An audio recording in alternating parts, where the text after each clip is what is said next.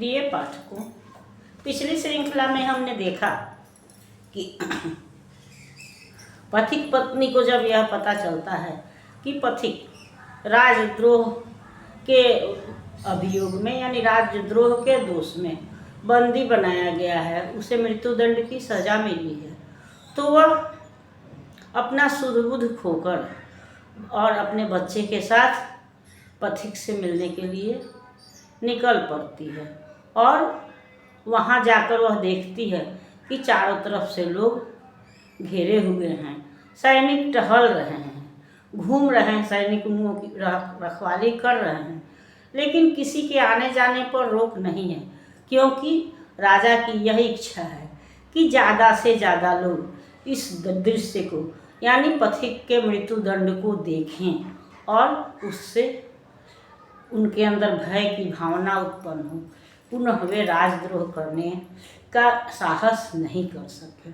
इस उद्देश्य से राजा ने जनता के आने जाने पर रोक नहीं लगाया था, बल्कि जो भी चाहे या जितनी अधिक संख्या में जनता उपस्थित हो, राजा को उतनी ही संतुष्टि थी, क्योंकि लोग यह जान जाएंगे कि राजा के विपक्ष में बोलने पर, राजा के विरोध में बोलने पर मृत्युदंड मिल सकता है। तो यह देखती है और यह भी देखती है कि पथिक जो है वह सामने बैठा हुआ है, उसके सामने विष का कटोरा रखा हुआ है, और तब वह एक भारतीय पत्नी के चरित्र को चरितार्थ करते हुए उस विष से भरे कटोरे को स्वयं पी जाती है और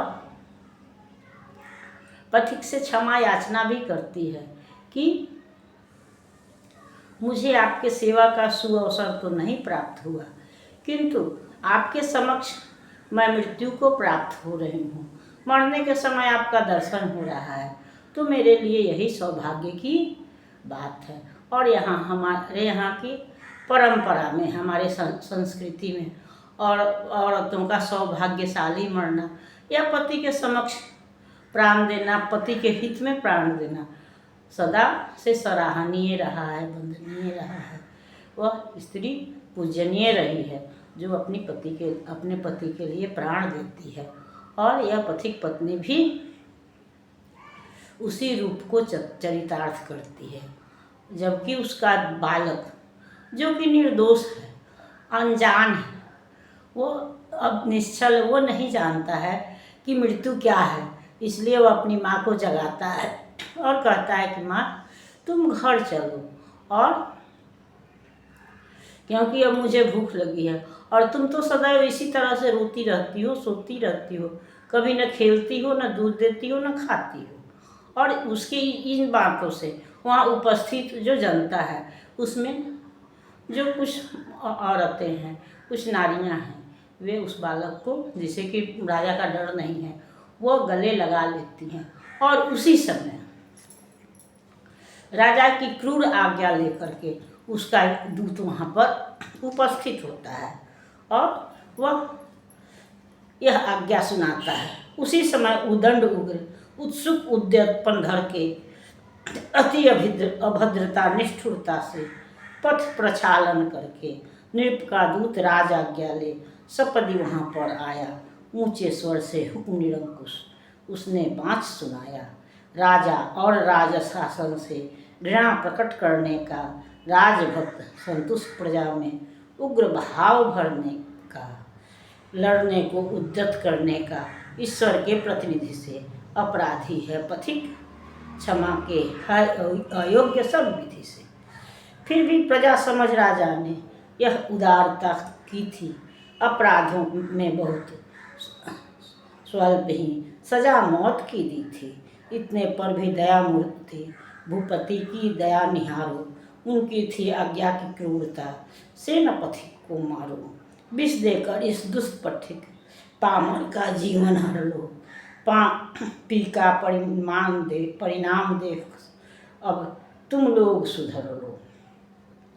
इसकी भार्या भी इस सट से बड़ी घृणा करती थी, इसके पाप कृत्य से लज्जित होकर सदा बिलखती।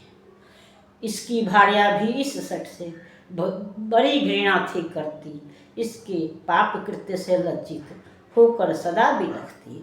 पति की देख कुचाल भला, वह क्या सुख पाती जी के, सह न सकी अपवाद मर गई पतिव्रता विष पी के। नृपति दुखित है किंतु मृत्यु का कारण यही अधम है, इस कारण से नृप के उर में उपजा क्रोध विषम है। नृप ने हुक्म दिया है इसके अंग अलग कर तन से, तरपा तरपा कर इस खल को रहित करो जीवन से। और पथिक स्वीकार कर दोष कर, यदि ही हो क्षमा भिखारी, तो न वंश निर्मूल करेंगे न्याय दंड करधारी। यदि अपराध दुराग्रह से यह अस्वीकार करेगा, तो यह इसका पुत्र खड्ग से घाट अभी उतरेगा। आग बुझाकर चिंगारी को तृण में दाब जिलाना, सांप मारकर दया सपूर्ण पर कर दूध पिलाना। अरिका कर विध्वंस वंश का रक्षण नादानी है, उन्मूलन करना अशांति का मूल बुद्धिमानी है। यह कह दूत कुपित नेत्रों से लगा पथिक को लखने, दर्शकगण भीषण आज्ञा सुन फिर लगे बिलखने। क्रोध शोक से रहित पथिक दृढ़ निर्भय अविचल मन से करने लगा पवित्र गगन को अपने सत्य वचन से। राजा प्रजा किसी का मैंने कभी न अनहित चाहा, सबकी कर कल्याण कामना निज कर्तव्य निभाहा।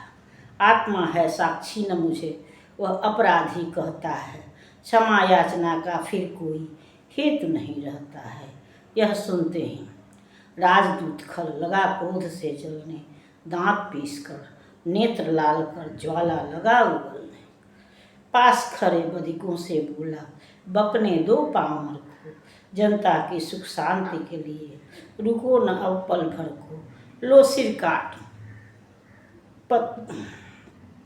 पथिक सुत का तुम एक बधिक सुंधाया, लड़के का धर हाथ निठुरने भूपर पटक गिराया। हा करते रहे लोग सब, किंतु बधिक ने कर में ले कराल करवाल बाल की हत्या कर पल भर में। कोमल हृदया दया मूर्ति देवियाँ गिरी मूर्छित हो, सिहर उठे नरकूड़ क्रम यह देख व्याकुल चित हो। अचल दृष्टि से लगे देखने खरे परस्पर मुख को, लोग हुए कर्तव्य ज्ञान से शून्य देख उस दुख को। वह अन्याय असह्य हो उठा, यह अन्याय असह्य हो उठा। वीर युवक मंडल में वे आगे बढ़ चले, मच गई हलचल मानव दल में। तो जिस समय पथिक पुत्र जो है वह अपनी सोई हुई मृत माँ को सोई हुई समझकर जगाने का प्रयास करता है, तो ऐसी स्थिति में औरतों के दिल में, नारियों के दिल में जो है वह प्रेम उमड़ पड़ता है, दया उमड़ आती है। और उसी में से एक स्त्री जिसे कि राजद्रोह का राजा का डर नहीं था, उस बालक को उठा करके गले से लगा लेती है। और ठीक उसी समय राजा का एक दूत यह आज्ञा लेकर के आता है कि राजा के विरुद्ध अगर कोई जाता है तो उसकी स्थिति यही होगी। यह तो ऐसा ही था, यह राजद्रोही था, दुष्ट था, इसलिए इसकी पत्नी भी इससे घृणा करती थी और इसी कारण से यह विष पी करके मर गई। और इस कारण राजा जो है क्रोधित है।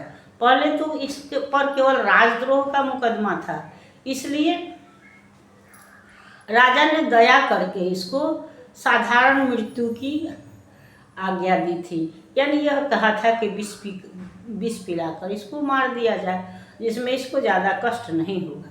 लेकिन जब इसके कारण इसकी पत्नी मरी है तो अब राजा क्रोधित हैं और वह कह रहे हैं कि इसका एक एक अंग काट करके इसको कष्टपूर्ण मृत्यु दो। और अगर यह अपने अपराधों की क्षमा मांगता है तब तो इसे आसान मृत्यु दो, और नहीं मांगता है तो फिर इसके साथ साथ इसके पुत्र को भी मृत्युदंड दे दो। क्योंकि सांप को मार करके सपोले उसके बच्चे को जिलाना, विपत्ति के कारण को नष्ट करके उसके बीज को बचाना तो मूर्खता ही है। इसलिए अगर यह अपना अपराध स्वीकार करता है तब तो इसके बच्चे को छोड़ दो, और नहीं तो इसको बच्चे को भी मार दो। और जब पथिक अपना दोष अस्वीकार करता है, वह यह कहता है कि नहीं, मैंने सदैव सबके हित में काम किया है और मेरी आत्मा जो है वह मुझे दोषी नहीं मानती है, इसलिए मैं अपना दोष स्वीकार नहीं करूँगा। और तब वह राजदूत क्रोधित होकर के बधिक से कहता है कि तब इसके पुत्र को भी मौत के घाट उतार दो। और बधिक जो है उसके पुत्र को मार देता है, उसकी हत्या कर देता है। और इस हत्या से नारियां तो बेसुध हो जाती हैं, लेकिन युवा मंडल जो है, पुरुष मंडल है, वो आक्रोशित हो जाते हैं।